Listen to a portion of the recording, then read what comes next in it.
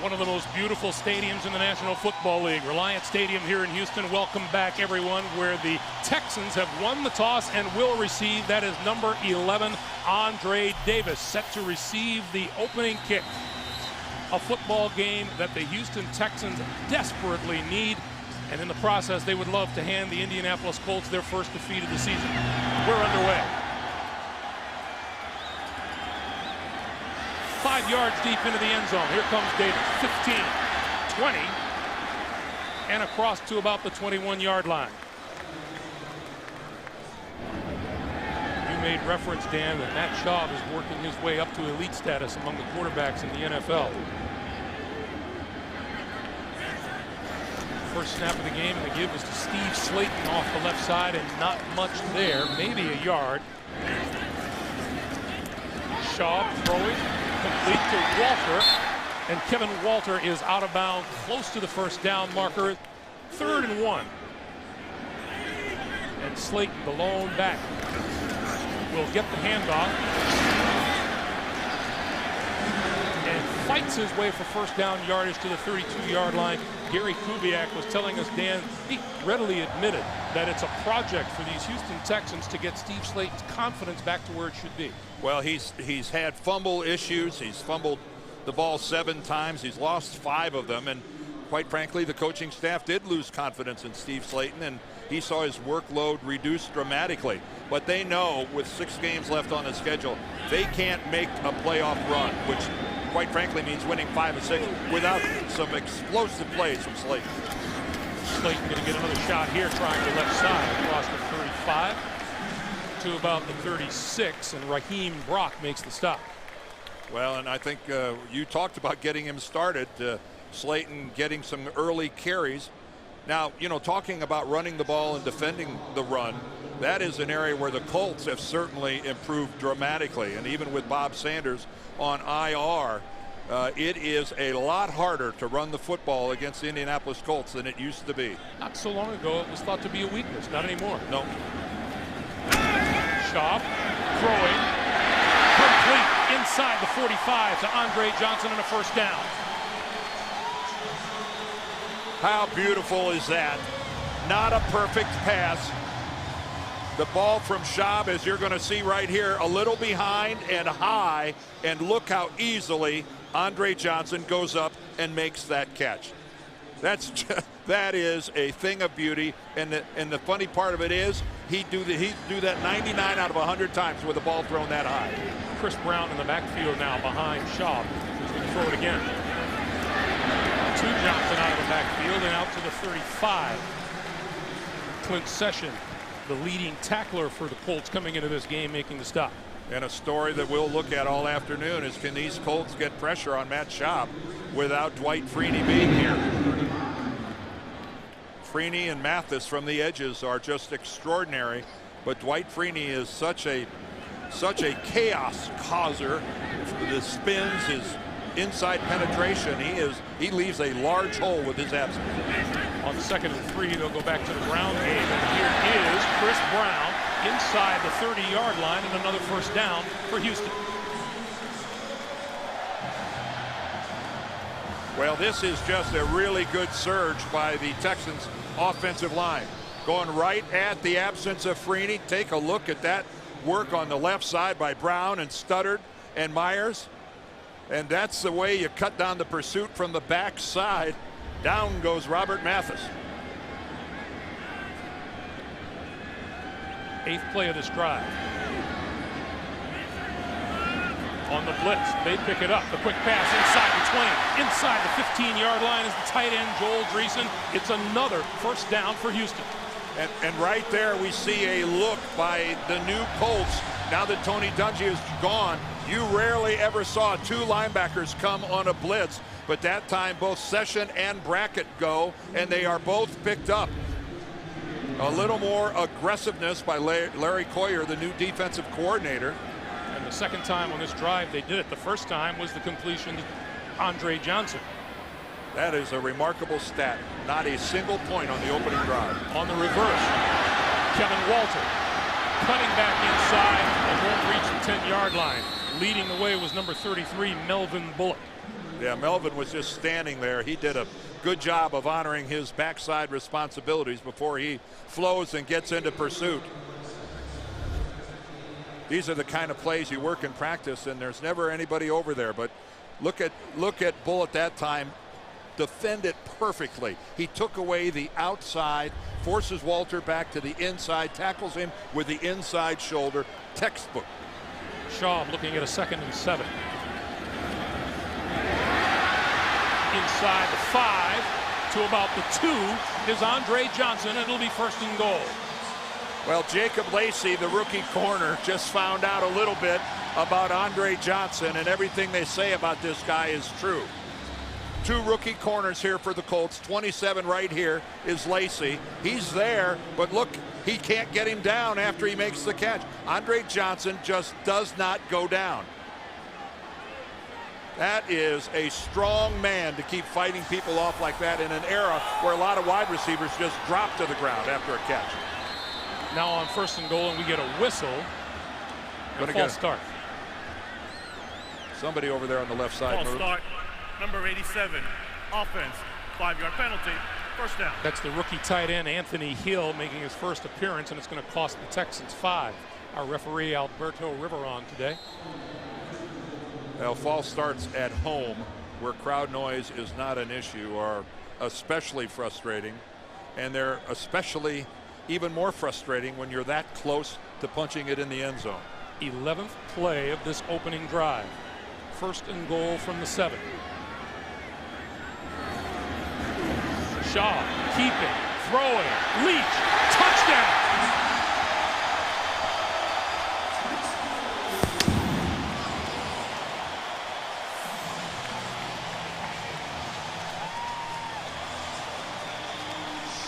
I'd say Mr. Shaw looked pretty good on that drive. Well, that drive was absolutely perfect. It resulted in a touchdown. It was beautifully executed, and take a look at that. The play fake, the entire Colts defense flowed to their left, and Leach just unattended, wide open. But not only did they get a touchdown, but they turned Peyton Manning into a spectator for 7 minutes.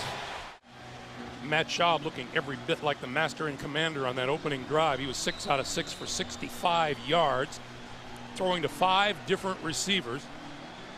And the Houston Texans are on top 7-0. Deep now for the Colts is Chad Simpson. He'll run this one 2 yards deep out of the end zone. Just across the 20 to maybe the 22-yard line. 8:16 to play in the 1st quarter.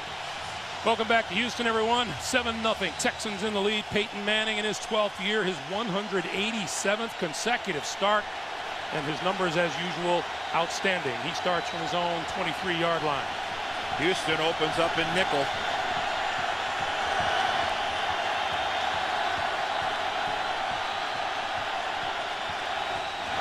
Joseph Adai running room up the middle across the 25 to about the 28-yard line. 2nd and 5 out to the near side. That is complete to Tom Santee, who had himself a breakout game a week ago in Baltimore. He hadn't caught a pass all season. He made 6 catches for 80 yards. Well, that again, we talk about Peyton Manning consistently finding the open guy. Dallas Clark, Reggie Wayne were getting all the attention from Baltimore. Santee was being left alone, and Manning made him pay. He made the Ravens pay big time.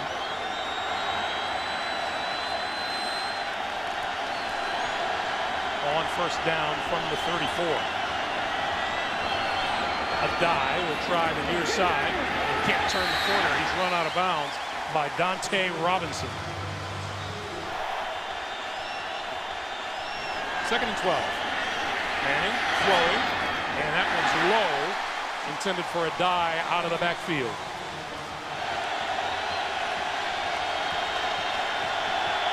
Colts best in the NFL on 3rd down conversion. Manning under the pressure and goes down. Connor Barwin, the rookie out of Cincinnati. Well, we talked just a moment ago at the introductions about Ryan Deem, the right tackle, number 71. He gives a soft corner, and Manning, out of the corner of his eye, sees Barwin coming and gets down before he gets knocked down. Indy coach Jim Caldwell told us that this is a big special teams offense. Jacoby Jones, a big part of that from the 30. Trying to turn the corner. 35, and back the other way and into trouble. Lost ground on the play. Schaub and the Texans now from their own 34, and Schaub out of the shotgun on first down. And here's the pass to Chris Brown out of the backfield across the 45 and a first down. The ball just across the Houston 45-yard line. And mixing it up now, Brown left side to just about midfield where Daniel Muir makes the stop. And talking about how they come out of the gate today, Andre Johnson was telling us yesterday in the past this was a team that would panic and fold, and he feels they're past that. No, they are. I think that they are past that, but as we talked about it at the top in those tools to victory, it's all now about finishing for this team. Their record in close games is not good at all, and they desperately, they're at the hump, but they aren't over the hump yet. They had a chance to do it Monday night, and they couldn't pull it off. On 2nd and 6, Shaw rolling, throws, wide open as Walter, inside the 35 and out of bounds, and another first down. I can tell you something right now. Somebody better alert the Indianapolis defense that there's a game going on here, and maybe they might like to get engaged in it because they are being made to look bad here. They are releasing people all over the field. Now this is, you know, Walter's just working against and underneath this Indianapolis zone. But the Colts right now are being handled fairly easily on defense. And Houston is collecting first downs like they're giving them away. First down from the 28. The give is to Brown. To about the 22. Number 91, Josh Thomas, in for the stop on a defensive line that is a little thin without Dwight Freeney here today. And Thomas is over there playing that right defensive end spot that Freeney, Thomas, and Raheem Brock will be moving in and out of that spot as guys are going to rotate all around for Jim Caldwell and his group up front. But again, there's an emotional thing too without a Dwight Freeney. He leads by his performance. On 2nd and 4, it's Steve Slayton, and Slayton inside the 15-yard line, still on his feet to about the 13. Boy, and Slayton doing a good job of protecting the football at the end of that run, because the word is out. It has been disseminated throughout the NFL. Rip the ball away from Slayton at the end of a run. And when he gets there now, look how both hands on the football. Look how tightly he's holding it, and look at the Colts go after it. 9 first downs already for Houston. We're under 3 minutes to play for the quarter. Slayton the beat back on first down. Slayton again, right side to the 5 before he is driven back by Antoine Bethea. Well, this is, I'm sure Peyton can't believe that he's watching his guys get gashed like this. Keep in mind, this is the #1 scoring defense in the NFL. They give up less than 16 points a game. But look at the size of that crease off of right guard. 2nd and 2.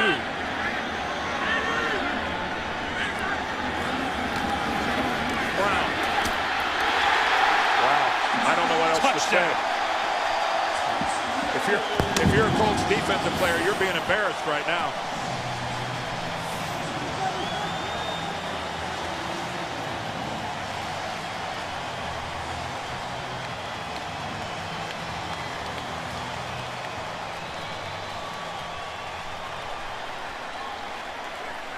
Gee whiz, the Colts behind in a football game. You think maybe they could come back? Have they ever done that before? Every once in a great while. Yeah. Chris Brown's extra point attempt is good. 2 minutes, 10 seconds to play.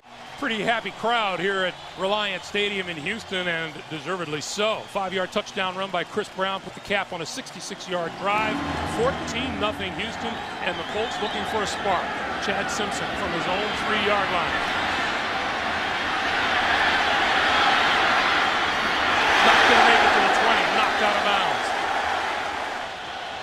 total domination so far in the Houston Texans. And on first down, Manning looking to throw and has his man cutting underneath. It's Pierre Garçon. Garçon has a first down across the 30 to the 31-yard line. Well, you know, the longer the quarterback is able to hold the ball, the deeper that zone drops, which means room underneath, and that's exactly what Manning and Garçon find underneath the shell of the Texan defense, which had dropped way back. And take a look at that, 150 total yards for Houston because of that play, 15 for the Colts. A dive to the 35. At the start of that drive, it was 150 to 1. And you know, frustration can manifest itself in different ways. This Texan team is very frustrated, and you know what? That can come out two different ways, Greg. Either pity, feeling sorry for yourself, or take it out on somebody else. So far in the first quarter, the Texans are taking it out on the Colts. Manning on 2nd and 6, quick pass to the outside. It's complete to Reggie Wayne, and he's out of bounds at the 41-yard line. Right at the first down marker, it appears he has enough for a first down. We were here a year ago, and the Colts trailed the Texans 27-10 with 4 minutes left in the game and won the ball game. So I guarantee you that most of the people in this stadium were here a year ago. They're not the least bit comfortable being up 14-0. Gary Kubiak seemed to remember that one, didn't he? Manning to Clark. Clark with another first down for the Colts. And now the Colts have moved into Houston territory. The line of scrimmage will be the Texans' 47.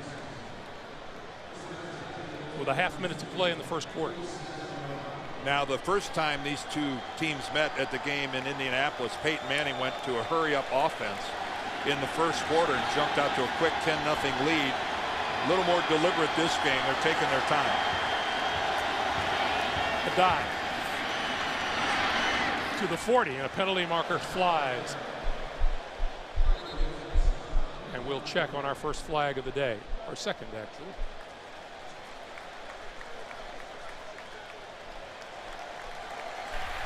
Holding, number 17, offense, 10-yard penalty, first down.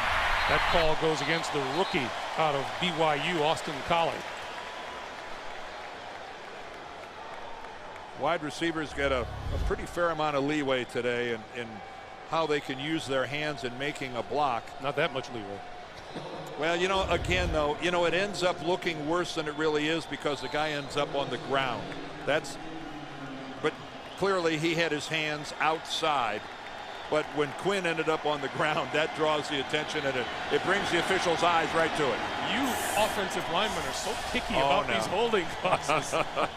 Gary Kubiak knows this team is at a crossroads today. Yeah, he really does. And again, dealing with the frustration of falling short, and they invested so much emotional energy in that loss to the Tennessee Titans on Monday night, a game that would have put them at 6-4 and really in a much better position to make a playoff push. Now, quite frankly, I think they're going to have to win 5 of their remaining 6 to make the playoff. They have missed a couple of critical field goals in the last 2 weeks. It's not out of the realm of possibility. This Houston team could be 7-3 coming in today instead of 5-5. Very realistically, and that's not really putting too much of a shine on it. I totally agree with you, Greg. Meanwhile, the officials are having a summit, trying to find the exact spot of the ball, we're being told. Here's Jim Caldwell in his first year as head coach. They had the entire break between quarters to try to figure this out.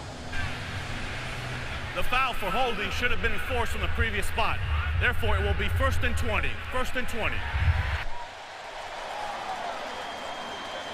So Al Riveron getting it right. Much to the chagrin of Jim Caldwell. So Manning looking at a 1st and 20 from his own 43-yard line. Donald Brown in the backfield now.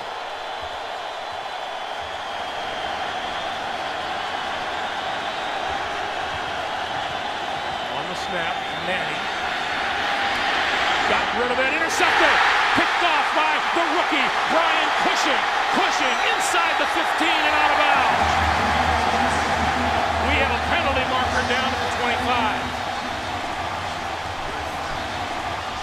Well, Peyton tries to get it to Reggie Wayne, and it looked like he was hit right as he was throwing the ball because that thing fluttered out of there. Well, now watch, Peyton's going to move. He's going to slide to his left, try to buy a little time, but he gets hit right on the release.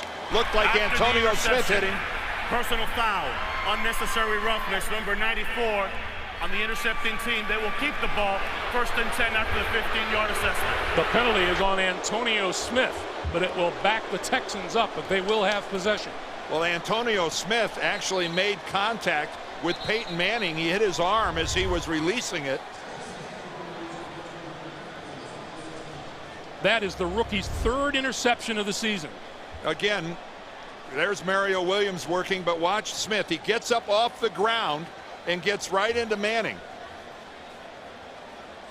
Now that cannot be where the unnecessary roughness occurred. He's got to get up and do something. That was certainly a legal, legit sack of a quarterback. After it wasn't a sack, but taking him to the ground, nothing illegal about that. Meanwhile, 1st down, Schaub and the Texans at the Indianapolis 40.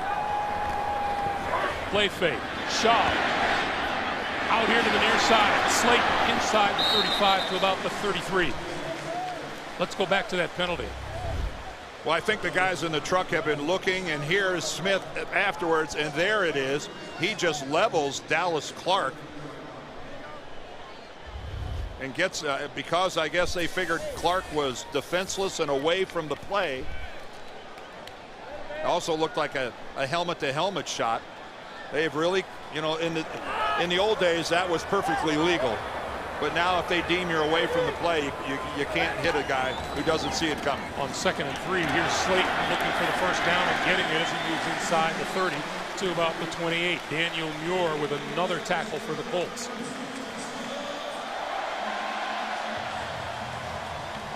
Well, Peyton, nothing he can do about having his arm hit as he's releasing the football. A lot of credit, though, to Antonio Smith. Prior to his personal foul, he was blocked, he hit the ground, and kept working, got back up, and got in and caused that interception. There's young Mr. Cushing on the sideline. If there is buzz around the league, it includes number 56 for Houston.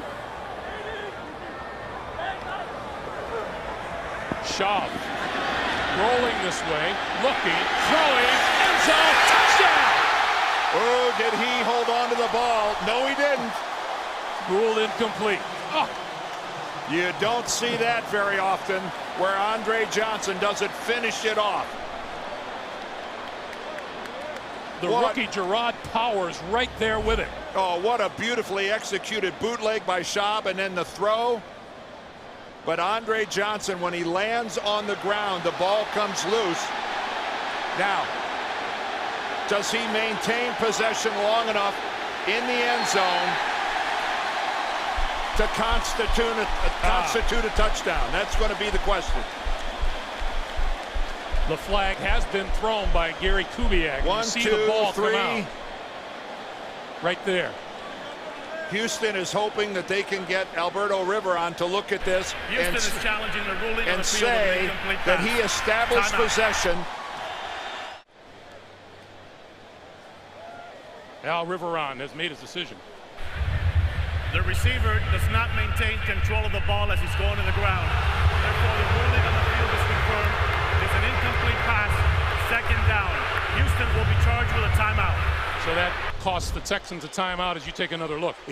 Andre Johnson would have to demonstrate some sort of a football move prior to hitting the ground to have it be a completed catch. The way the rules are, they're pretty clear. If it's one continuous motion, when you hit the ground, the ball comes out, it's not a catch. That is pretty impressive work by the Colts defense. 2nd and 10.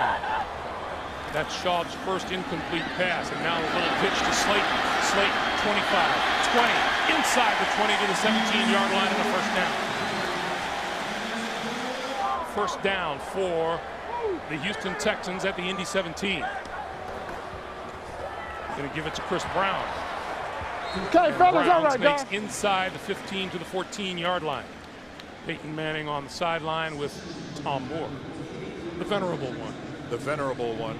What a treat for the Colts football team when both Howard Mudd and Tom Moore came back from a very brief retirement. And Peyton Manning, of course, the luxury of the only offensive coordinator he's ever known, sitting right there. We were talking about that yesterday, Dan. What a tremendous luxury that has to be for Peyton Manning to have been in the same system with the same people basically over his career. I'm sure they finished each other's sentences.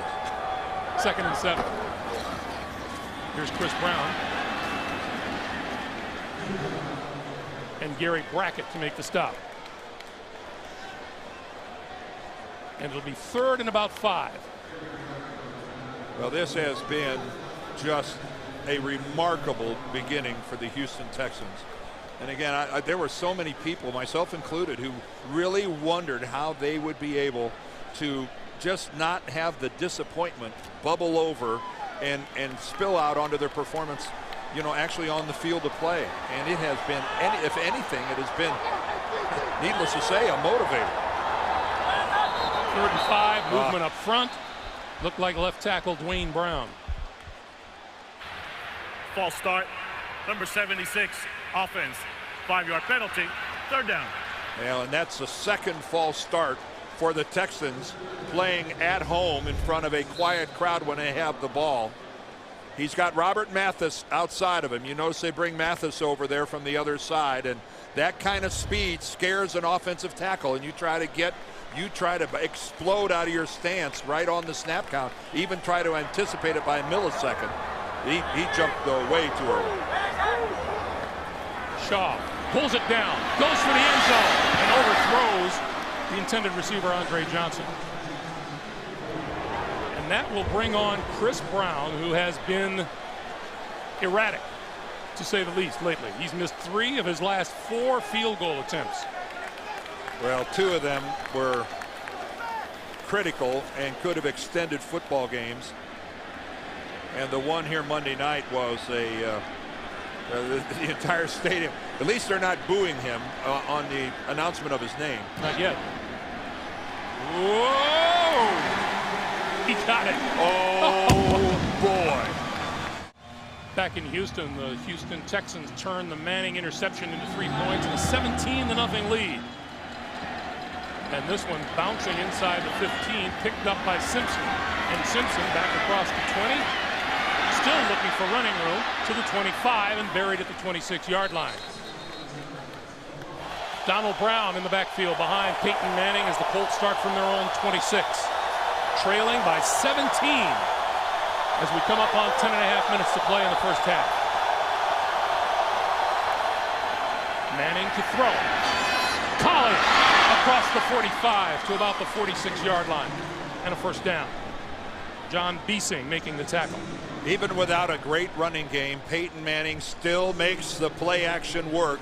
And again, the slant pattern just right inside, short of the safeties, beautifully executed.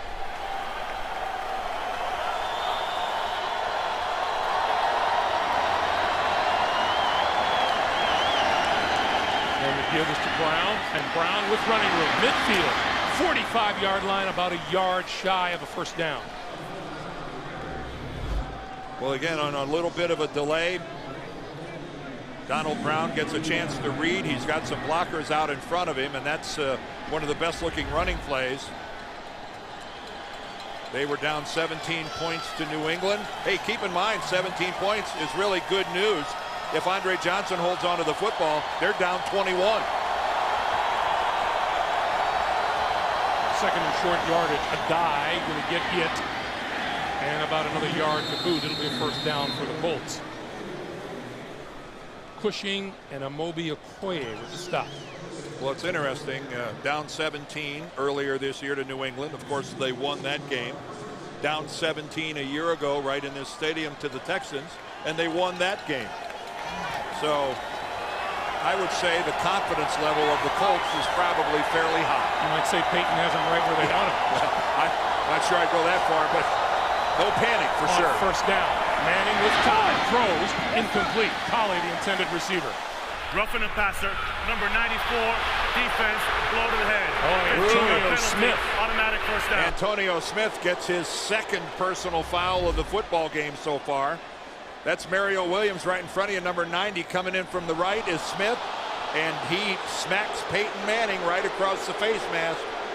And you know, the crowd is booing, but no, you can't do that. No. You just can't. No, it doesn't matter how hard it is. It doesn't matter whether it's a knockout blow or not. If your hand ends up on the helmet of a quarterback, it's going to draw a flag. That didn't hurt Peyton Manning, but those are the rules. Line of scrimmage, the Houston 27. Pump fake, and the screen for a dive. Left side, running room, 20. And very close to a first down at about the 17 or 18-yard line. D'Amico Ryans with the stop. Well, that 15 yards was really appreciated by the guys in white. And again, that's got to be so frustrating for a defensive end, because Antonio Smith, it's not like he did that intentionally. It's not like he said, well, I get a chance here, I'm going to smack Peyton. You're just digging and fighting and trying to claw your way to the quarterback. That's inadvertent, but yet it's very costly. Let's see what Peyton dials up here on second and short yardage.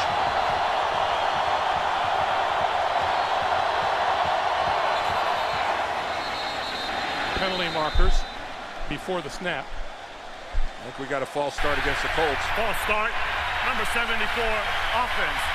5-yard penalty, second down. Texans were showing blitz at the line of scrimmage. And Charlie Johnson, the left tackle, he's nursing a bad foot, but again, part of this veteran group that protects Peyton Manning. They've got one newbie at right guard in Kyle DeVan, and he replaced Mike Pollock. But again, coming into this game, Manning sacked only 8 times in 10 games. That's very, very good. So now from the 23, second and 6.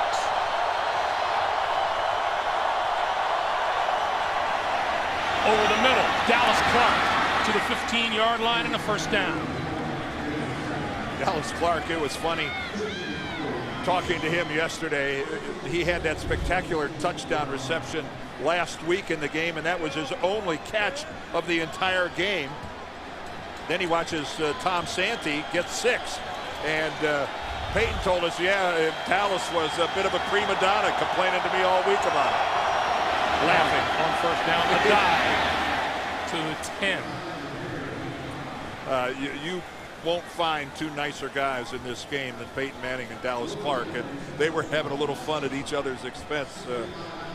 Interesting, Dallas was comparing this Houston defense with Baltimore. He says, with Houston, you know where they're going to be, unlike the Baltimore Ravens. Yeah, well, the Ravens still part of the old Rex Ryan scheme. They come from anywhere and everywhere.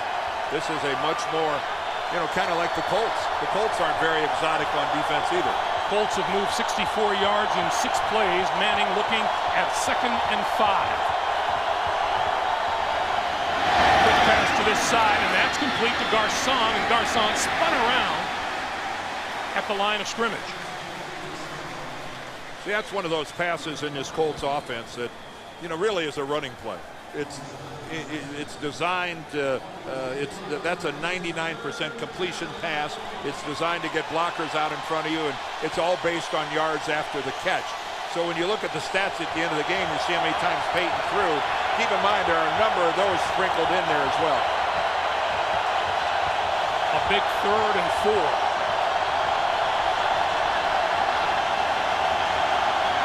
Manning running out of time on the play clock. Down to 3. Got the snap off. Throws, end zone. Oh, what a catch by Pierre Garcon for the touchdown. How much did that look like Dallas Clark's grab a week ago against Baltimore? Well, Dallas Clark made a one-hander a week ago. You're right, he was running away from it. This is just, Garcon stops it initially by batting it back to himself, but then he gets complete control while he's still in the field of play. Garcon's 4th touchdown catch of the season. And Stover's extra point is good. Welcome back to Houston, everyone. Pierre Garcon's touchdown reception capped a 74-yard drive. Peyton Manning took 5:03 off the clock as the Colts draw to within 10 at 17-7. It's funny how often you see Peyton talking to Howard Mudd there, going over protections. Andre Davis. not going to run it out of the end zone, so Houston will start at its own 20-yard line. First down from the 20. Shaw for Chris Brown. And Brown just across the 25-yard line, or a gain of 6, and it'll be 2nd and 4. Well, that's a pretty decent start for the Texans. And keep in mind that, again, that one that ended in a field goal could have been a touchdown as well. We've got an injured Colt down at the 25. Dan Muir was the injured Colt. He was able to walk off the field under his own power and has his helmet back on. But meanwhile, Eric Foster will replace him on a defensive front, which is already thin today, minus the services of Dwight Freeney. Yeah, they can't afford to have Muir go down, but it looks to me like he's going to come back in the next play if it's warranted. But he looks like he's ready to go. 2nd and 4. It's been a good job so far by this Texans offensive line. They've been moving the line of scrimmage in the right direction. And we get a whistle.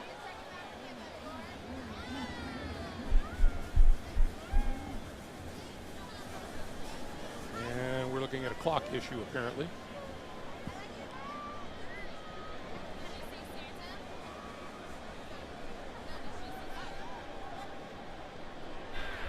Please set the clock to 5:17, and start the clock on the whistle, please.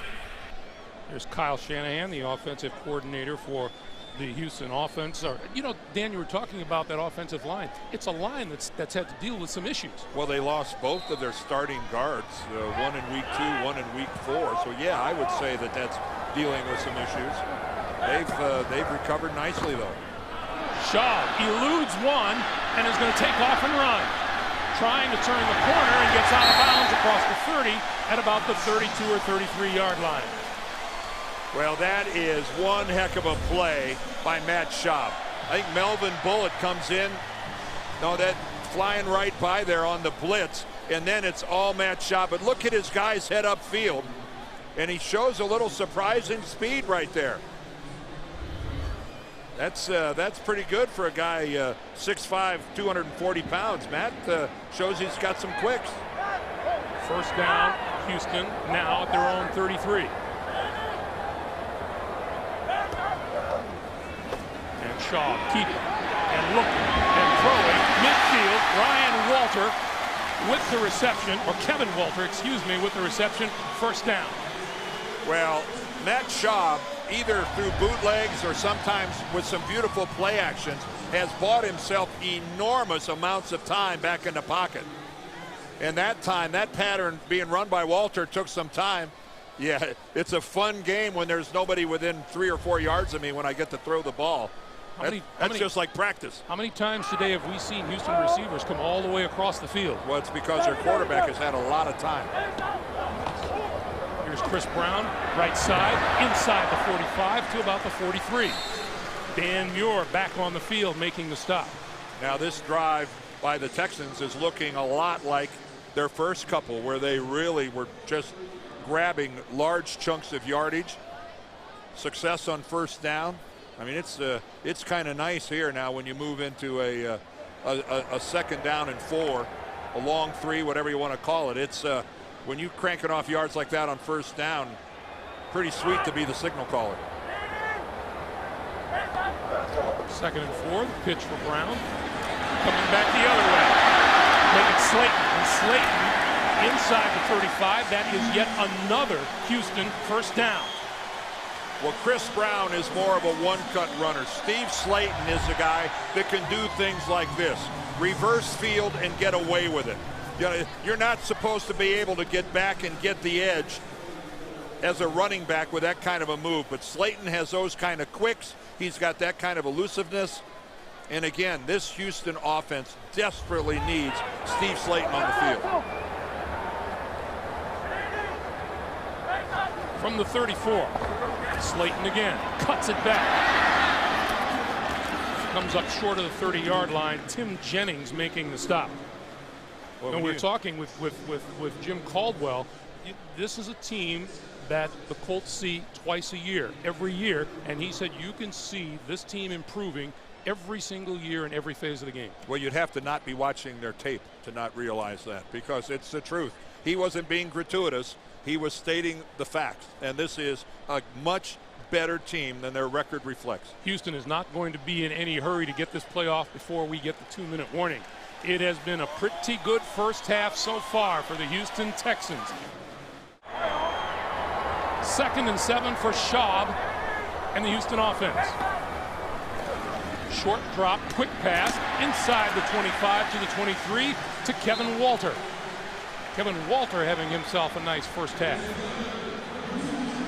Well, this is just an offensive football team right now that's enjoying great balance between the run and the pass, and they've got the Colts on the other side of the ball not knowing what's coming at them. And it's all because they've been running very well. The offensive line is protecting and they're run blocking. 24, play fake. Shaw looking, pulls it down, now throws. Did he grab it? Stop it. At the 16-yard line, Andre Johnson. Oh, you're not supposed to be able to do that. How can you have this kind of body control? Watch what Andre Johnson is able to do. Running towards the sidelines. Somehow he's going to be able to pull up, go up, come down and toe tap and hold the ball up there for the world to see. I've got it cleanly. Beautiful. On 2nd and 2, Shaw for Brown out of the backfield. Pulled down at about the 15-yard line by Philip Wheeler. Well, it goes down as a completed pass, but Matt's not happy with that. Gary Kubiak's team doing just what he wanted them to do. Keep Peyton Manning off the field. Houston has had the ball twice as long as Indianapolis had today. Shaw now throwing, and a mix-up between he and Andre Johnson. Well, he had man coverage. Schaub reads the man coverage as a go pattern. Andre Johnson read it as a hitch. Right there, for some reason, Andre Johnson and Matt Schaub just all on different pages. Jacob Lacey had man coverage and had him pretty tight. And now Chris Brown. Nobody's not watching this except maybe the head coach. From 33 yards away. On its way and looks good. Gary Kubiak looking the other way. He said, I'll let the crowd let me know how it was. That's how he keeps that hair from turning gray. This is a spectacular stadium. Oh, isn't it really? Houstonians should be very proud of this building. It is. It is a sight to see. They would like nothing better than their Texans making a playoff push.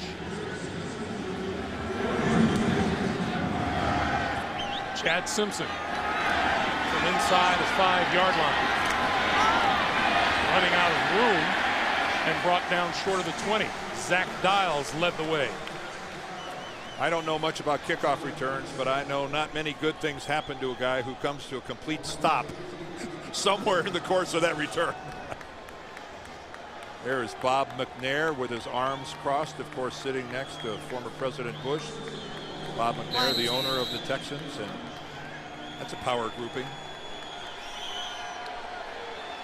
President Bush, a Houstonian and a huge sports fan. So Peyton Manning now with 51 seconds on the clock and 2 timeouts.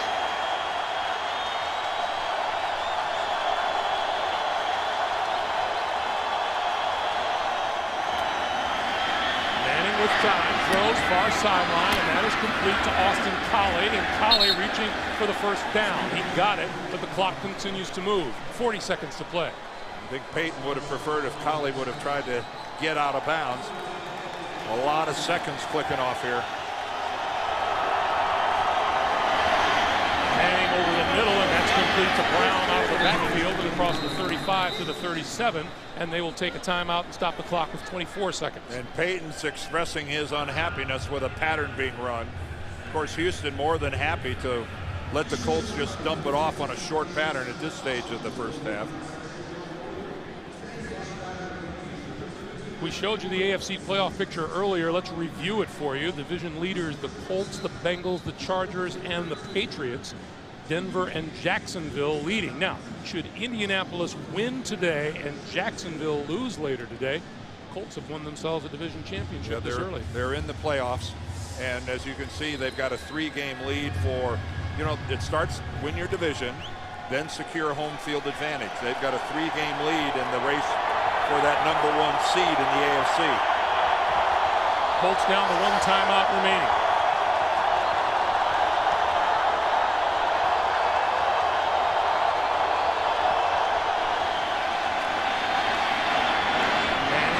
Clark, and Clark out of bounds at the 45. Now you saw the veteran head for the sidelines. He knew that he was going to be in the doghouse if he didn't get out of bounds and stop the clock.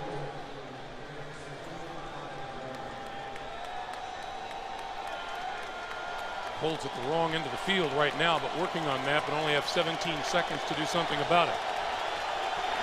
I would think for Matt Stover, they're going to have to get somewhere down around that 32-yard line or so.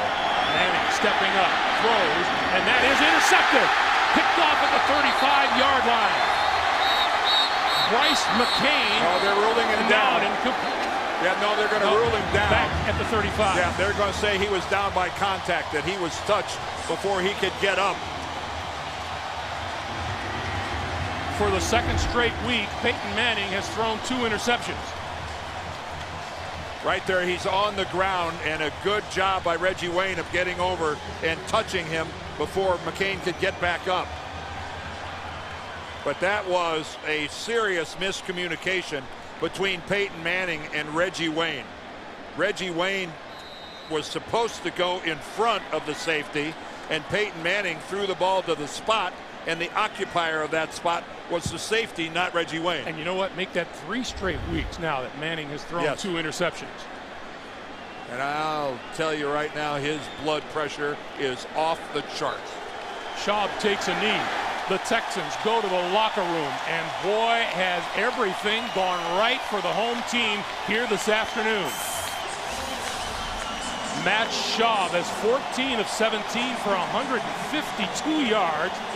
And Houston has a 20-7 lead as they begin their playoff push in earnest. Well, they didn't fall into this, Greg. They have earned this. The Houston Texans have earned this lead by playing sensational football on both sides of the football, but especially on offense. They have been dominating at the line of scrimmage. This has been pretty textbook for the Houston Texans in the first half, as the second half comes your way in high definition. They've kept Peyton Manning off the field as much as you can possibly expect.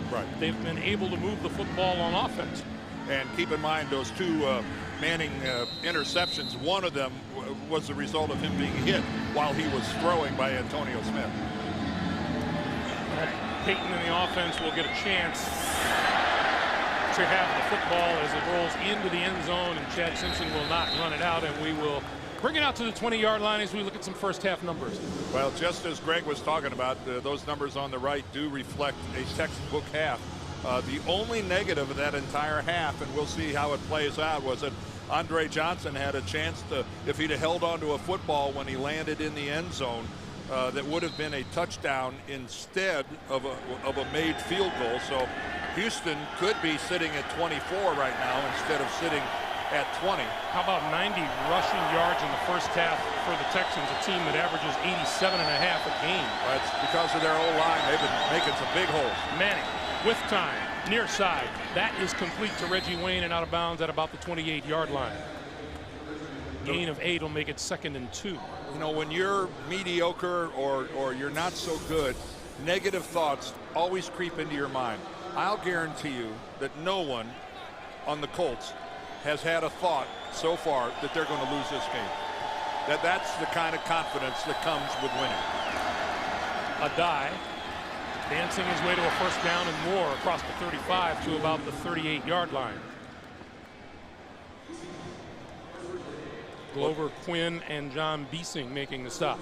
Joseph Adai, kind of cool for him coming back to Houston. This is his hometown. He played high school football at Sharpstown High School right here in Houston.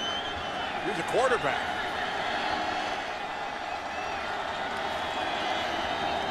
Manning, play fake, with time, going deep, down the middle of the field and overthrows everybody. And here's a late flag.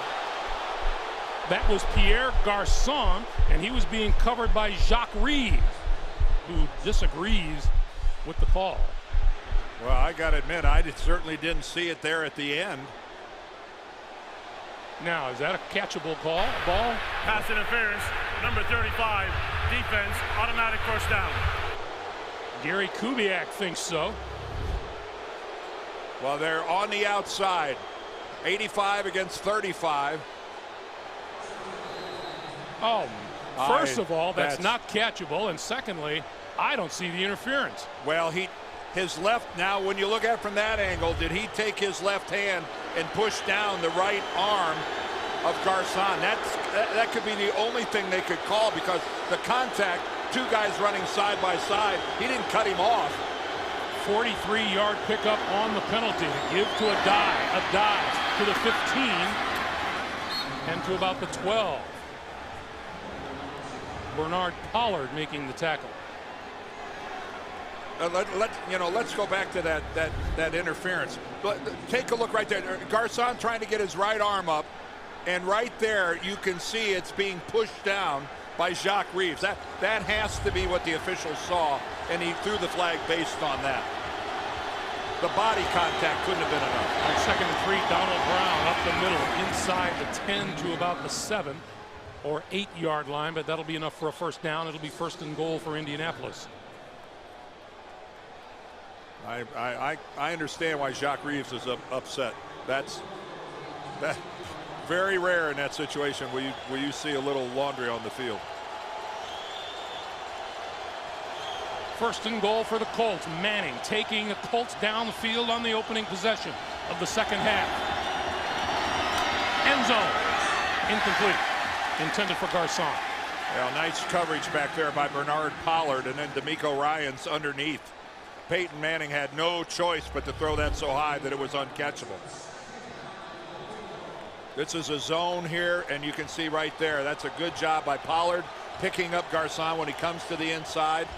And then underneath, D'Amico Ryans made sure Peyton had to elevate the football.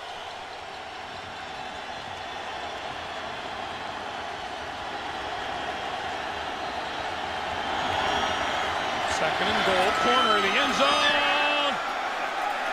No. Garçon couldn't keep in bounds. It'll be 3rd and goal.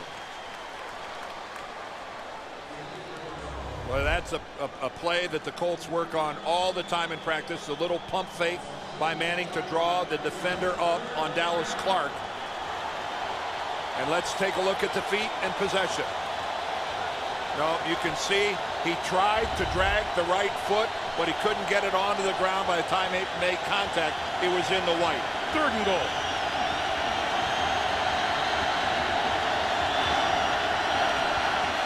Manning going to go the other way. It is incomplete. Oh, and a flag. The rookie Quinn covering Austin Collie. They're going to get Glover Quinn. Pass interference, number 29, defense. The foul occurred in the end zone. By rule, the ball will be put on the 1-yard line, first down. And there's no doubt about that. Quinn has no idea where the football is. He's only playing the receiver. And when Collie goes up to get the football, Quinn, because he's not aware of where the football is, goes right through and knocks him off. That's going to draw the flag every time. So it's 1st and goal for the Colts at the 1.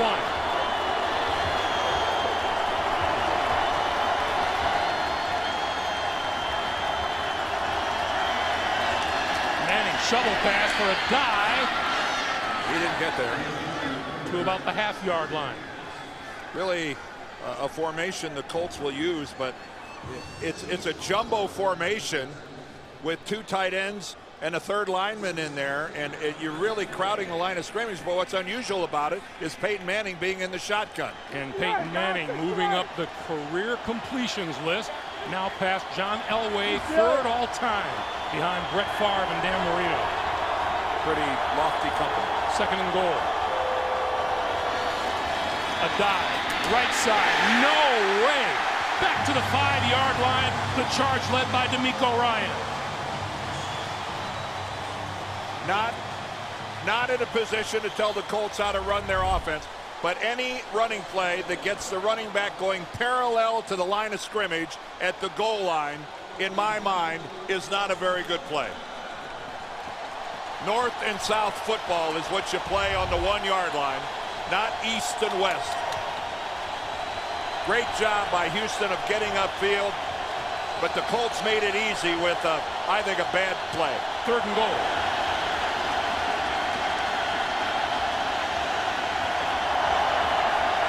Manning throwing this way. Touchdown, Reggie Wayne.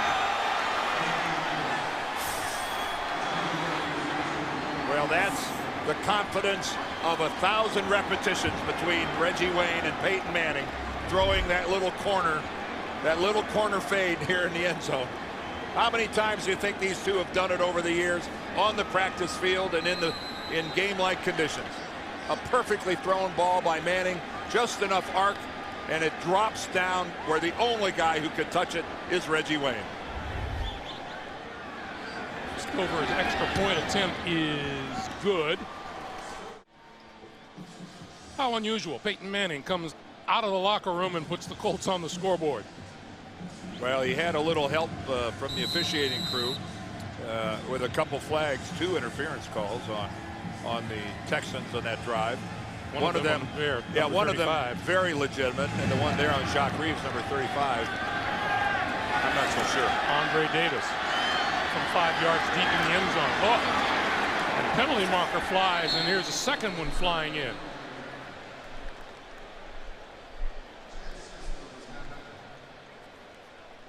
Andre Davis is still down on the ground. During the return, holding number 92, the receiving team. Half the distance to the goal, first down.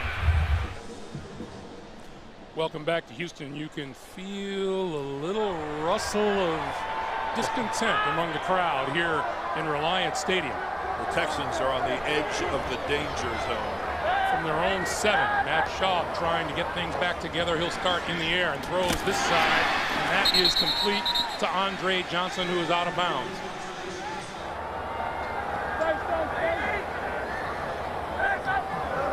On first down, here is Slayton, left side, and just across the 20-yard line. You know, I think they were talking about Peyton Manning when they came up with that statement, give him an inch, he'll take a yard. The pitch for Slayton, right side, blocker in front of him, cuts it inside and across the 30 out to about the 31-yard line. That'll be a first down. And again, I just think back to Gary Kubiak saying, if we're going to make a run and we're going to be good on offense, we have to have Steve Slayton involved. And look at him out in front. Eric Winston out there. Big tackle gets around the corner. Look at the block by Andre Johnson. Andre Johnson gets Clint Session and takes him out of the play. You can't successfully run the football without good blocking from your wide receivers. It can't be done.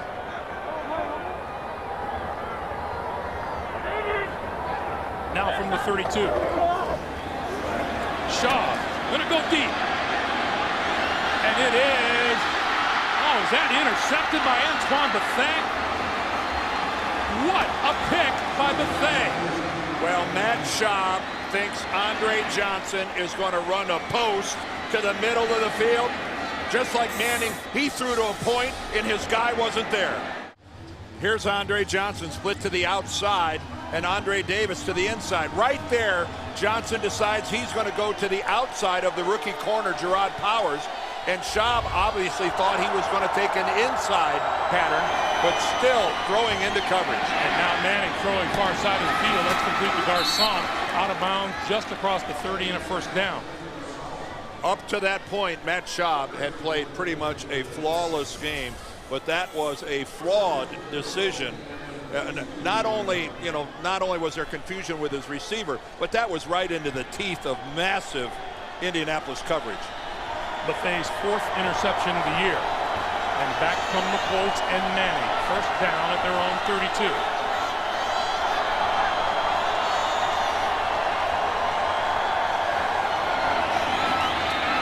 Peyton And that's Mario Williams, who now has a sack on Manning in 4 of the last 5 games they've played. Well, Mario Williams at the bottom right of your screen, and you see there's a situation where having help from a running back hurts. Brown bumps off Charlie Johnson to tackle. Donald Brown, the rookie, instead of helping with a chip block, actually cleans off his tackle and gives Mario Williams a sack. Loss of 8, 2nd and 18. Manning looks the other way and throws, and that is complete across the 25 to Donald Brown into the 27-yard line. And Peyton had to throw that with Mario Williams hanging on him again. Williams came in late. Watch this. This time it's just one-on-one. He's going to come back to the inside, but there he is, draped on Peyton. What did Mario Williams tell us yesterday? I guess that's why I was brought here, to get Peyton Manning. If you were just to sculpt a defensive end, everyone would look exactly like Mario Williams. 3rd and 15. Manning throwing, complete to Dallas Clark. Clark brought up at about the 34-yard line by Dante Robinson, but it'll force a punt. Well, credit the defensive line of Houston, but also a couple of mistakes over there. The biggest on that sack by Donald Brown, of instead of hitting Mario Williams, hitting Charlie Johnson. One guy plays for the other team, one of them plays for you. Jacoby Jones deep for Houston. McAfee with a high booming kick. Jones all the way back to his own 7-yard line, looking for running room, and not finding any before he's dropped down at his own 10. 6:49 to play. Hey, welcome back to Houston, everyone. And you know, it's so hard to say goodbye to one of your own. And our technical manager, Jim Baker, who began at CBS back in 1998, is working his last game for us today. He's worked every major event at CBS: the Masters, the PGA Championship, the U.S. Open, the Super Bowl, the Final Four. And he and his wife Judy and his sons Will and Sam going to take some time with themselves. And God, we just wish him the best. We love him. We're going to miss him. Good luck, Jim. It's been an enjoyable 10 years on my part working with Jim, and it's enjoy your retirement.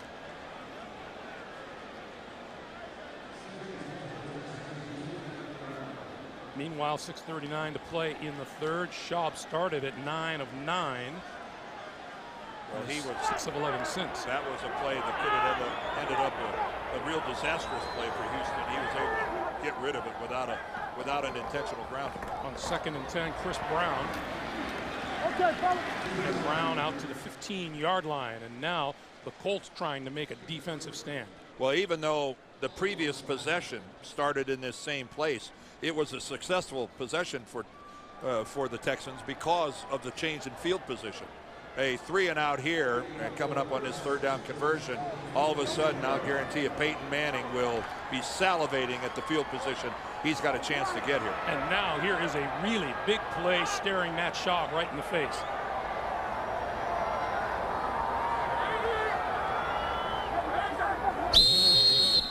And we get a whistle up front.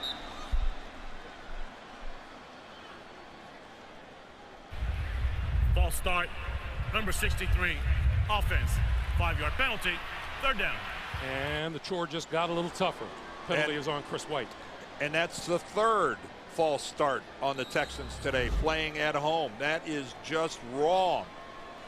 That is just wrong on a lot of different levels. And you saw White there, the right guard. Boy, you're not having to deal with crowd noise, anything else. Discipline, discipline. 102 yards in penalties today against the Texans. 3rd and 11. Can't do that against good teams. Over the middle. Slayton trying to find running room and doesn't find it. And that's the kind of a play that just plays right into the teeth of this Colts defense, which is, it's the shortest and the lightest in the league, but they can run. And that's their specialty. Dump it off, bam, 4 guys are there in a hurry. That's TJ rushing back at his own 40-yard line for the upcoming kick from Matt Turk. who has been around a long time, 14th season, out of Wisconsin Whitewater. Fair catch. Made it the 35-yard line. Here's a dive, left side, cutting it back to about the 38. Well, you know, Tim Tebow played his last game yesterday in front of the faithful at the Swamp, and what a storied college career he has had. And again, you know, you said it all, number one, number two. How does it get better than that? The winners in the championship game automatically. You know, the Tim Tebow story doesn't stop there. There are a million questions as to where he ends up and what he does in the National Football League. Manning throwing, Dallas Clark to about the 43, 2 yards short of a first down. Cushing and D'Amico Ryans with the stop. Talk about soft hands. Dallas Clark makes, you know, difficult catches just look routine. You know, folks, running away and catching a low ball back by your shins is really not easy. And yet Dallas Clark and Reggie Wayne and some of these guys, Andre Johnson on the other side, they just make it look so routine. 3rd and 2 for Manning. Short pass, and reaching for the first down is Dallas Clark. Well, let's see where the spot is. Right at the 45-yard line. It's a first down.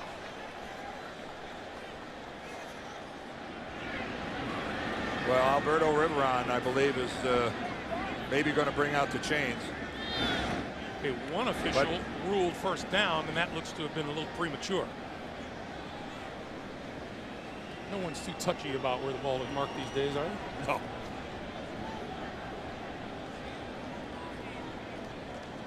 Ah. It's short.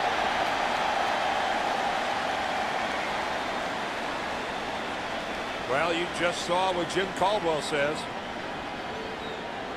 Let's go for it.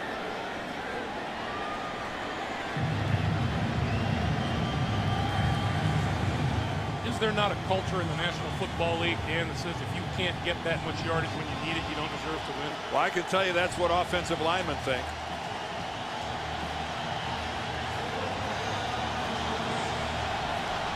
Fourth and short for Indianapolis.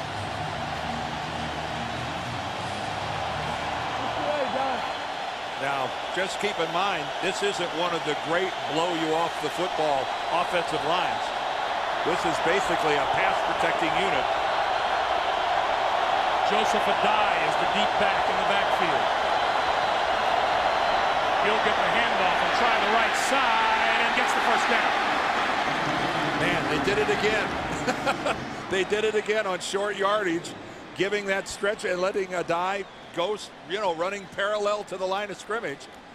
And he did a heck of a job to get away and get a first down. Brian Cushing right there. Oh, he's got him, but Adai, through a tremendous piece of athleticism, is able to bound forward, get that left hand on the ground, and stay alive for a first down. First down now at the 46. Manning stepping up, throwing, and incomplete. Dallas Clark, intended receiver on the far side. You know, we saw the effort on that last play by Brian Cushing for a rookie. He is most impressive, isn't he? Well, from day one, and there he is right there. From day one, Gary Kubiak and this Texans coaching staff knew what they had. And the Kubiak paid him a heck of a compliment. He said the game has just never been too big for him. It's never been too much. Granted, he played at a tremendous college program at USC, but he's that guy that they'll say, you know what, he was never a rookie. Missed all of preseason game playing with the sprained MCL. Manning to throw. Escapes pressure, throws over the middle, and that's complete to Pierre Garçon. Ooh, there's a flag down. There's a flag down at the 37. Holding number 66. Offense, 10-yard penalty, repeat second down. That's Kyle DeVan, the first-year guard, and that'll bring that play back.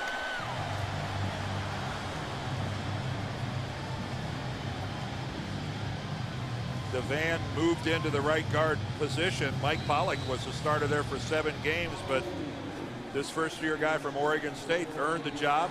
He beat out Pollock and has been doing a good job. But man, that was that'll get you a stare down from Peyton Manning. So now it's 2nd and 20.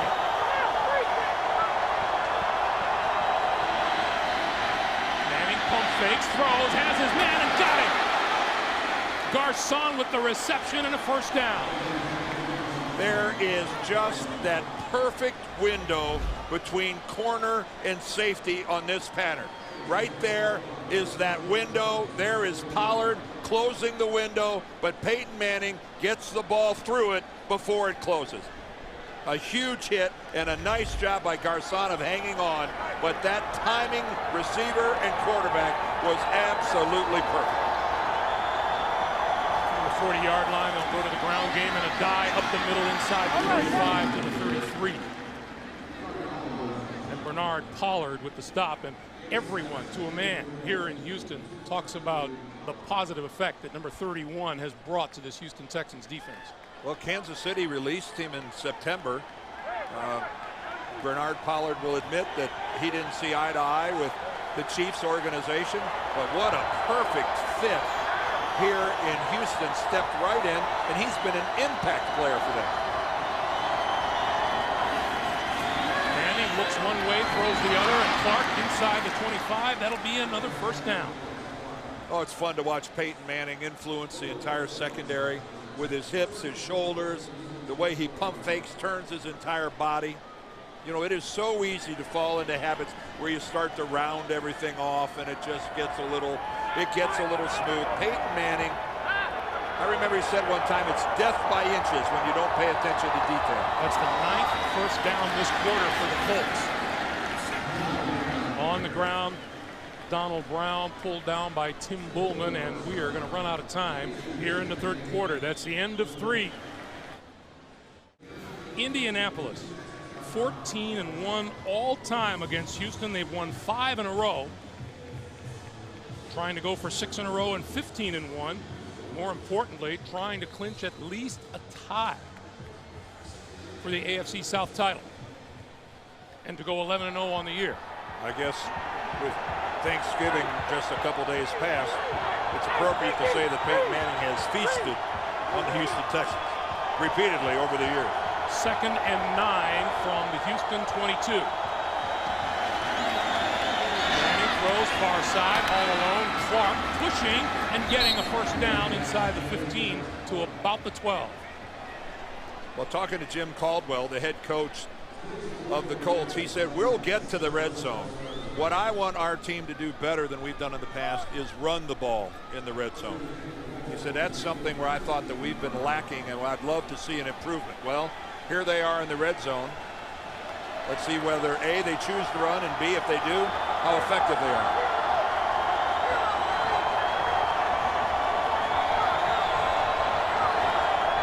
Used to say, well, there's Peyton changing the play, but who knows? A dive.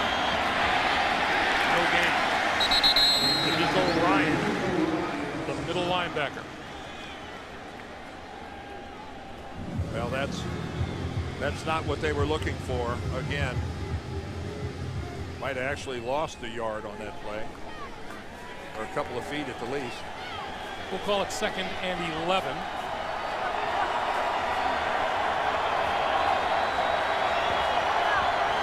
Houston needing a win here today to stay in the playoff hunt.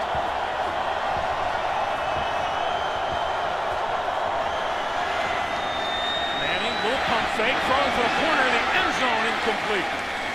Reggie Wayne was there, and so was Dante Robinson. Yeah, that's a pass that could only be completed if somehow Robinson breaks down in his scheme back there, because that's the only spot, the corner of the end zone, that's open. And when Robinson is there, no chance. Reggie Wayne never could have made a play on that ball. How about that? 4 straight games win after trailing in the 4th. Looking to make it 5. 3rd and 11.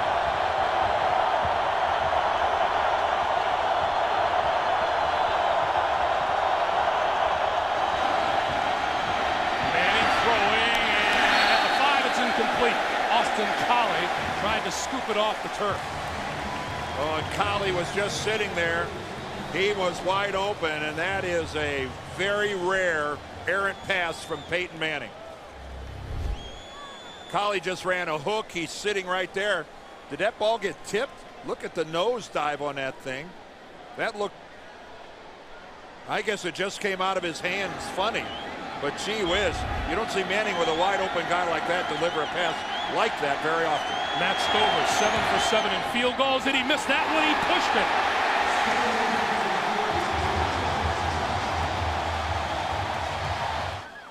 We raised the question about, was Manning's pass tipped? Right here, it looks like Mario Williams gets a hand on it, just a finger enough to alter it, and that's why it ended up coming up short. So now here's Schaub and company on offense, and Chris Brown with running room out close to the 35 and a first down.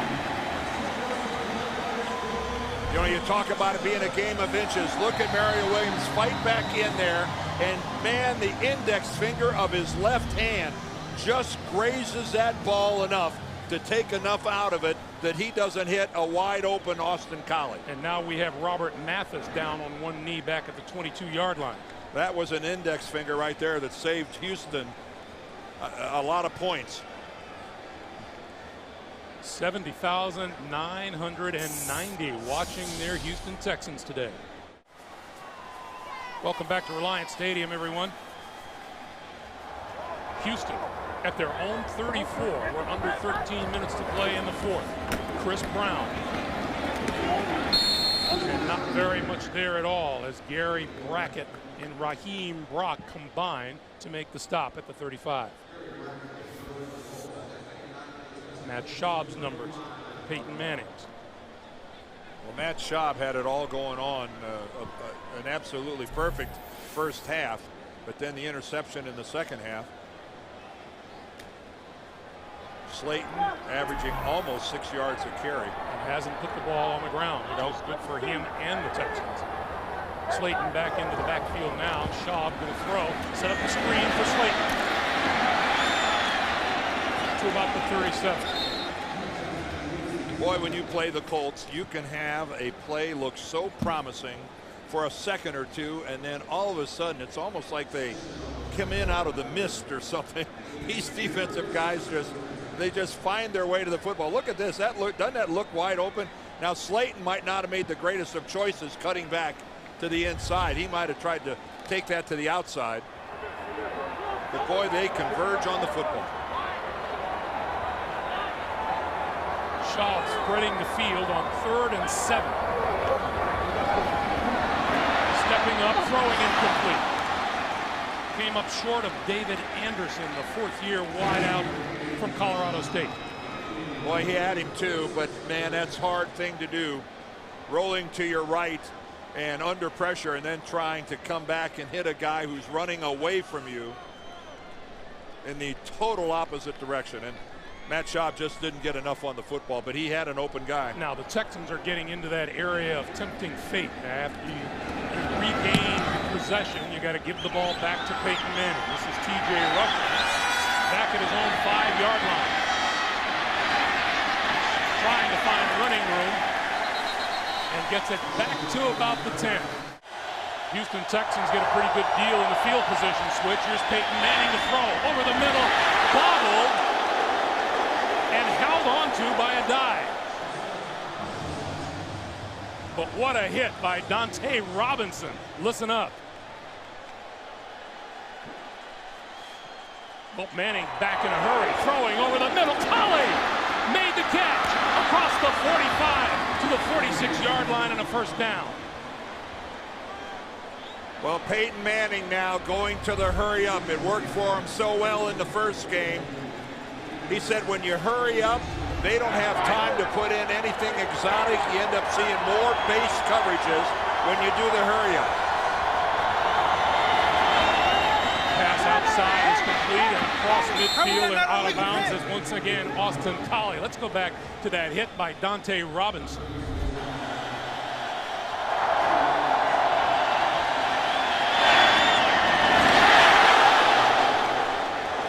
Boy, you don't see a guy hold on to the football very often after taking a shot like that, but Adai he brought it on himself by juggling the football. Yeah, that'll teach him. 2nd and 2. Adai leads one tackler, 40, 35, and out of bounds. And just like that, the Colts have come from deep in their own territory to the Houston 35. You know, the Colts have just had these seamless transitions at the running back position. You know, from Marshall Faulk, it went to Edger and James. From Edger and James, it went to Joseph Adai. Now they've got Donald Brown waiting in the wings.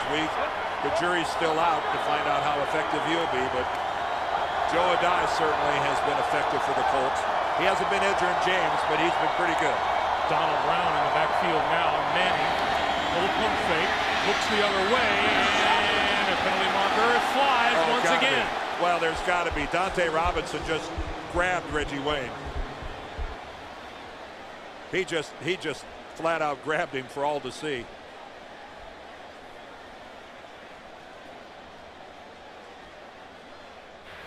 Pass interference, number 23. Defense, automatic first down. Well, the alternative sometimes when you're a corner is a touchdown. And that's Dante Robinson. Reggie Wayne was past him, and he just had both arms giving him a semi-bear hug.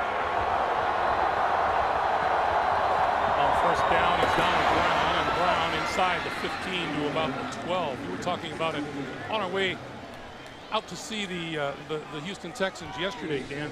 Imagine that University of Miami football team with Andre Johnson on one side of the field and Reggie Wayne on the other. Yeah, it's pretty remarkable. Reggie Wayne, a couple years older than Andre Johnson, but gee whiz. A lot of talent in one place at the same time. 2nd and 4. Here's Brown.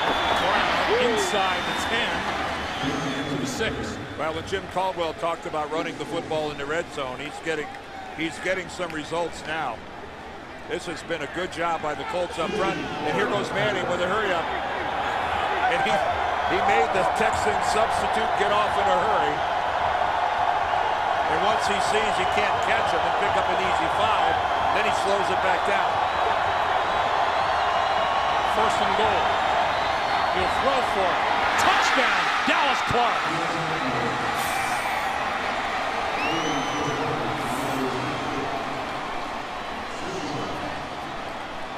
Again, Dallas Clark demonstrate his extraordinary hands. It's, you know, the simplest of patterns, but the ball, you know, a little, you know, above his right shoulder, but so soft. Look at him go back, his feet kind of slipping out from under him. And Gary Kubiak, I'll guarantee, isn't surprised at all. Extra point is good. With the touchdown pass to Dallas Clark, Peyton Manning has now thrown 3 touchdown passes to 3 different receivers today, having previously connected with Pierre Garçon and Reggie Wayne. Andre Davis will not run this one out of the end zone, and Houston will begin from its own 20-yard line. They're stuck on 20. At halftime, they had to know that 20 points wasn't going to win this game. And yet, in the second half, they've yet to be able to add on to that total. That's not going to cut it. Play fake. Shaw throwing outside and blocked by Vontae Leach. 2nd and 10. How about the turnaround, Greg, of the Colts defensively here in the second half? There was a stage in the first half where I used the word embarrassed, because they weren't even competing. They were getting pushed around by Houston their first couple of drives, and they have really settled down and are playing hard-nosed, tough football. And offensively, seemingly unfazed, they miss a chip shot field goal, and they come back and get a go-ahead touchdown. Houston has managed 52 total yards here in the second half. That pass intercepted. Intercepted by Clint Session to the end zone. Touchdown.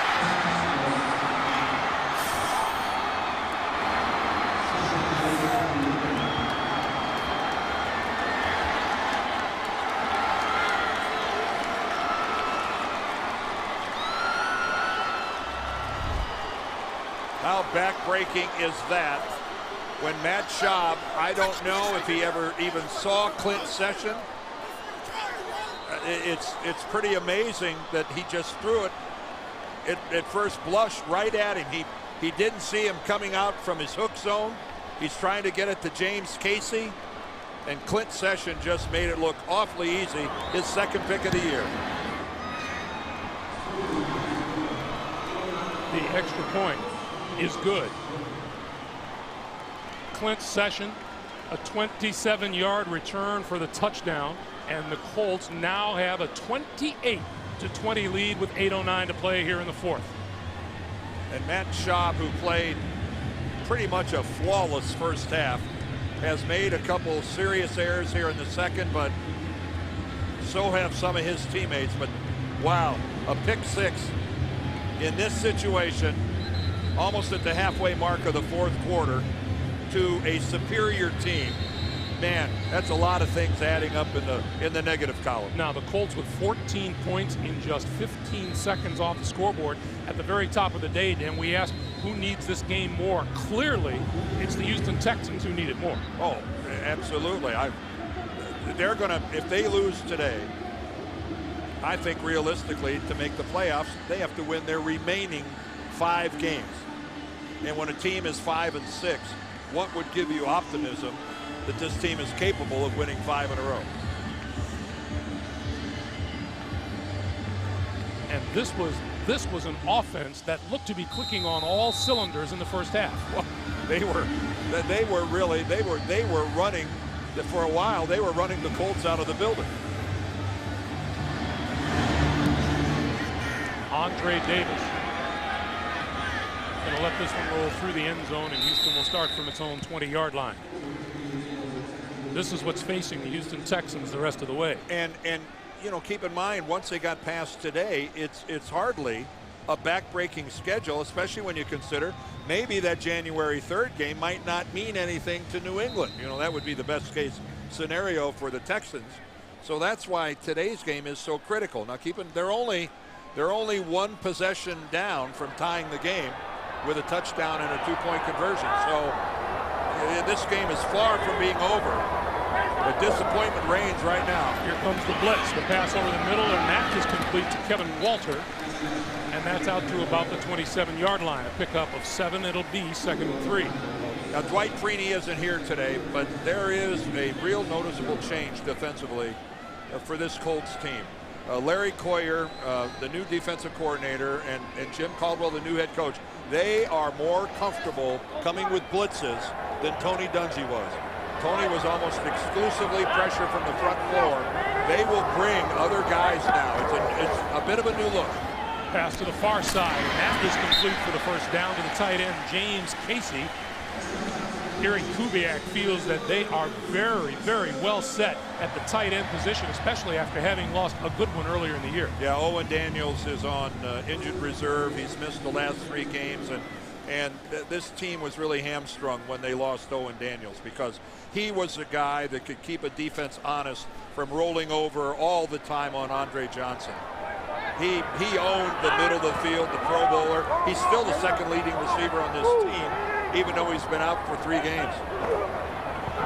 The play fake to Slayton. Shot with time. Throwing out here. Leach holds on to this one. And it's across the 35 to about the 36-yard line. Philip Wheeler making the tackle for Indianapolis. Clock continues to move, coming up on 6:40 to play in the fourth. And Matt Schaub trying to just get everything together again, the way it was in the first half. Well, you need this one drive. You just keep this thing going. That's Big John Tierling there, the defensive line coach for the Colts. What a character. 2nd and 6.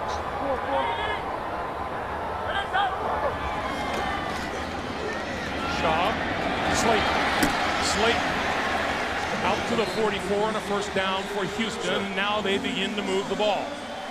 John's philosophy is very simple. As a defensive lineman, you play the run on your way to the quarterback. It is all about hitting the quarterback, knocking him down, disrupting him, he is really one of the best defensive line coaches in the game, and he is a fun guy to be around. Shaw over the middle and got his man at the 45, inside the 45, complete to Casey, the tight end. A good solid drive here by Matt Schaub. He's got great protection and delivers a strike to Casey, and boy did he take a big hit from Melvin Bullitt. They love this Casey kid. Former baseball player. He's 25 years old and a rookie. Played next door at Rice. On first down now, Schaub running out of time, throws, and that is complete. Well, there's a holding call to Andre Davis, and you're right, this one's coming back. Yeah, Eric Winston, I think the right tackle. They're going to get him for a hold. Holding number 73. Offense, 10-yard penalty, first down. Boy, that'll put the brakes on a feel-good drive, won't it? Well, even without Dwight Freeney, there's still a lot of talent. And number 98, Robert Mathis, right there. He gets the rip. He gets the arm underneath, and Winston gets that arm wrapped around to throw to Robert Mathis, and right in front of Alberto Riveron. First and 20 now for Shaw.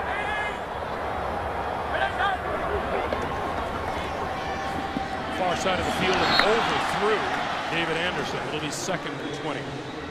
You're talking about that tight end position, Dan. They picked Anthony Hill, 4th out of North Carolina State, and then Casey went in the 6th round, as you mentioned, from Rice University. And they, you know, when you draft guys later like that, you're just so pleasantly surprised to find out what playmakers they are. Casey's a heck of an athlete. I think he was in the White Sox organization. He was a pitcher. Must have looked pretty imposing out on the mound. 6'3", 244. Second and 20. Shaw had it batted out of his hand, picked up by the Colts. And where have we seen this before with the Colts and the Texans? Well, Robert Mathis, he was in there. I think Robert Mathis, remember last year, he stripped the ball from Sage Rosenfels. And I think this time he's the guy that knocks it away. Mathis at the lower right on your screen. Watch him come around the edge and reach in from behind. Sensational work by Robert Mathis. Look at him come in, and with his left hand, as Matt Schaub is starting to start his movement, he knocks it out of his hands. You know, some guys are playmakers and some guys aren't. This guy is a playmaker. This is like reliving a nightmare for the Houston Texans. Now on first down at the Houston 37, a dive to the 35. Antonio Smith with the tackle. And we've told you before earlier in the telecast about the Colts and their ability to come back from 17 and having some familiarity in doing it in this stadium as well. And Gary Kubiak has to be tired of seeing it. Coach Caldwell's Colts with 21 unanswered points and looking to lock it down here with 4 minutes to play.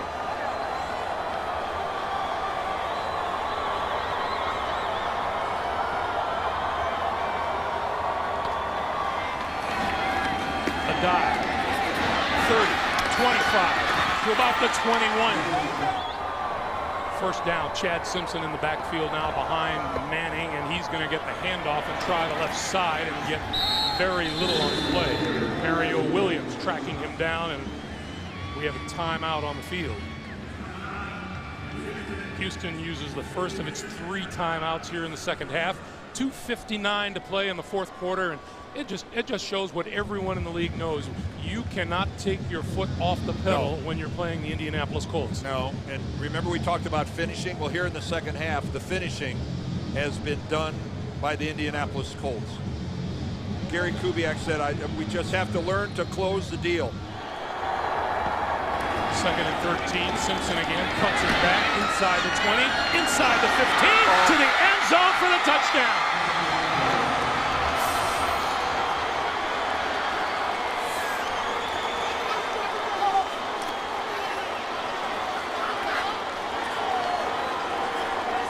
Well, the look on that young lady's face sums it up. How does this become a touchdown? 4 Texans in that picture, and no one can bring Chad Simpson down. Well, give Chad Simpson the credit. He had the 1-2 on this play. Beasing all over him. And this is now a deflated defense for the Texans. 14 quick points by the Colts off 2 Houston turnovers, and it's a 35-20 Indianapolis lead. A 28-point second half for Indianapolis, and there are a lot of congratulations to be handed out to the Colts. Owner Jim Irsay this week extends Bill Polian, the president of the team, extends his contract. His son promoted to general manager. The seamless transition of Jim Caldwell replacing Tony Dungy. The Colts are just a model of excellence. It's an organization that flows. Well, it is an organization that many other teams in the NFL are attempting to emulate. They are pretty much a gold standard. New England has got one. There are a couple, and the Colts are right there. Jacoby Jones will run this one out of the end zone. Across the 20, still on his feet, trying to get to the outside and run out of bounds short of the 25-yard line. The Colts on the verge of a 20th straight regular season win, on the verge of going 15-1 all time against this Houston Texans team, and on the verge of going 11-0 on the season. It's just what they're accomplishing. They're in the midst of an extraordinary run. It just every year you look up, they're either 9-0, 13-0, 11-0. It's Shaw running out of time, goes down at the 24. After today's game in the middle there, that will become 20 wins, just one behind the Patriots at 21. Shaw with time this time and throws, and that's completed the 30-yard line to David Anderson. And you know, they're 15 points up, Dan, but not all of their games have been so easy. And Gary Kubiak says it's the mark of a good team. They win all kinds of ways. Well, the first half of the season, as we watched the Texans attempt to get something on the board, in the first half of the season they were winning by what, 17 points a game or something like that, and then now they've been in a stretch where they're only winning by a couple points a game. Number 90, Mario Williams, feeling the frustration as much as any Houston Texan here today. Shaw with time over the middle, grabbed by Andre Johnson to the 45 to the 42-yard line, and a first down, and the clock moving, coming up on 1:45 to play.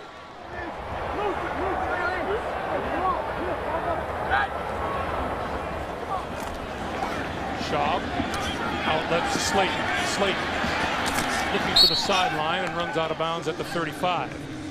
They were pushing the Colts all over the field on both sides of the ball. Shaw under pressure and got rid of it. Freddie Keaho in on Schaub as we look at the AFC playoff picture. A win for Indy ties. A Jacksonville loss clinches for the Colts. They'll be the first ones in the tournament. The Saints have an opportunity to get in the playoffs this weekend, but they don't play until Monday night.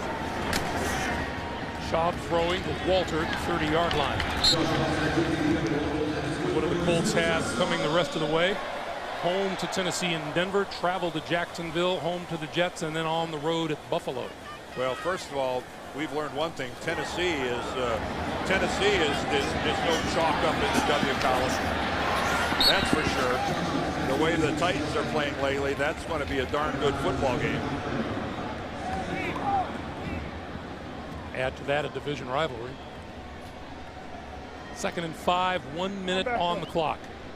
If only Houston could do something crazy here, like get it in the end zone, all of a sudden we'd have a very interesting onside kick and a reason to get excited. They have been shut out here in the second half. 20 on the board in the first half, shutout in the second half. Shaw going to go for it in the corner of the end zone and overthrew Slayton.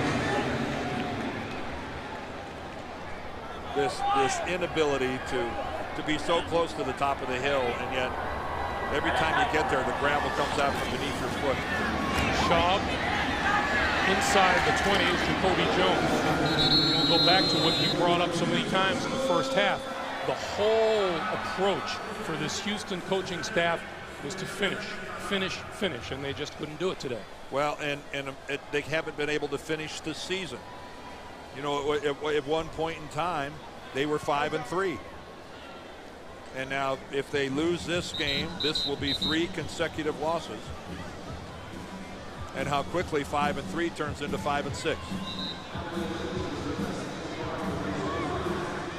Timeout on the field. Colt fans are celebrating 11-0. Well, if the roles were reversed here, and this was Peyton Manning trying to get in the end zone, we'd be on the edge of our seats going, you know, they'll get the onside kick and they'll get the ball, and who knows what might happen. Shaw escaping trouble on the run, throws at the 10-yard line. Kevin Walter is hit hard by Tim Jennings. Clock continues to move, coming up on half a minute.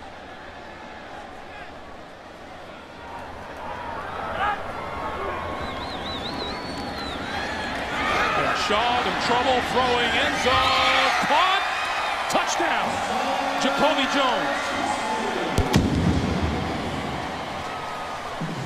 Well, that was a heck of a job by Jacoby Jones of getting his feet down, following a really good job by Matt Schaub of finding him. Schaub feels Robert Mathis right behind him and buys himself a little time, and you could see that Jones got that right foot down back behind him. Look how quickly he was able to get that down. Well done, and a good job by the official. Look at him zeroing in, looking for possession. The kick is good, 18 seconds on the clock, and Houston closes to within 8 at 35-27 with the onside kick upcoming. Well, this will put a little excitement into this onside kick, knowing that a touchdown and a 2-point conversion would send us to overtime. But you played an awful lot of the second half until you finally put points on the board. 29 minutes and 42 seconds worth. You have a calculator over there? No, I just one of those math geniuses. Yeah, it's really a gift being able to subtract 18 from 60. It's really, you know, what can I tell you? I'm a savant. Me, I have my shoes off over here counting. You know, the worst part is when I said it, I'm thinking to myself, oh, please. Is that right? Please be right. Either way, you were going to get no argument from me. I have no confidence in my ability to pull that off. All right, Jim Caldwell's big concern now is to recover this onside kick and shut down any last-second hopes that the Texans are entertaining. Well, remember the old days, you'd get everybody over on one side of the football, but now they changed the rules. You got to have 4. You see the 4 guys up here on top. You got to have at least 4 guys. And Indy calls a timeout right here, first of their 3 remaining.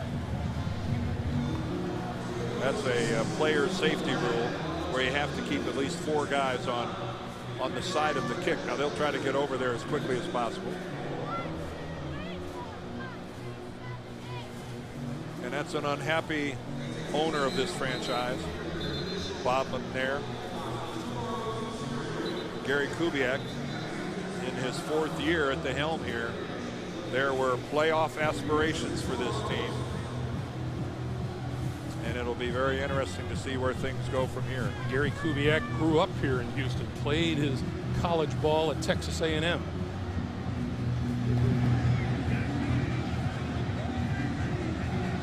Well, Houston comes back with the same alignment. The 6 guys to the near side. Well, nobody says he has to kick it to this side. He can go the other way. He's going to switch it around. And It goes far enough, and it goes out of bounds. No one could get a hand on it before it went out of bounds. Jacob Tammy actually might have given it a shove.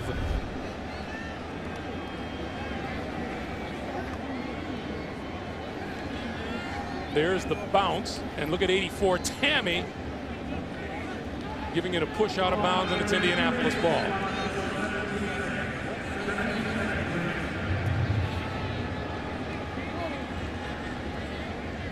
And that's why 84 is getting the kudos on the Colts sideline.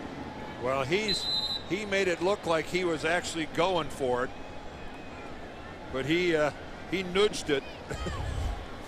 And Peyton will take a knee. And with that, the Colts are 11-0. AFC South rivalry once again goes to the Indianapolis Colts. They are 15-1 and 6 in a row all time against the Houston Texans. And every week, Jim Caldwell sets another record for a rookie head coach and a fast start.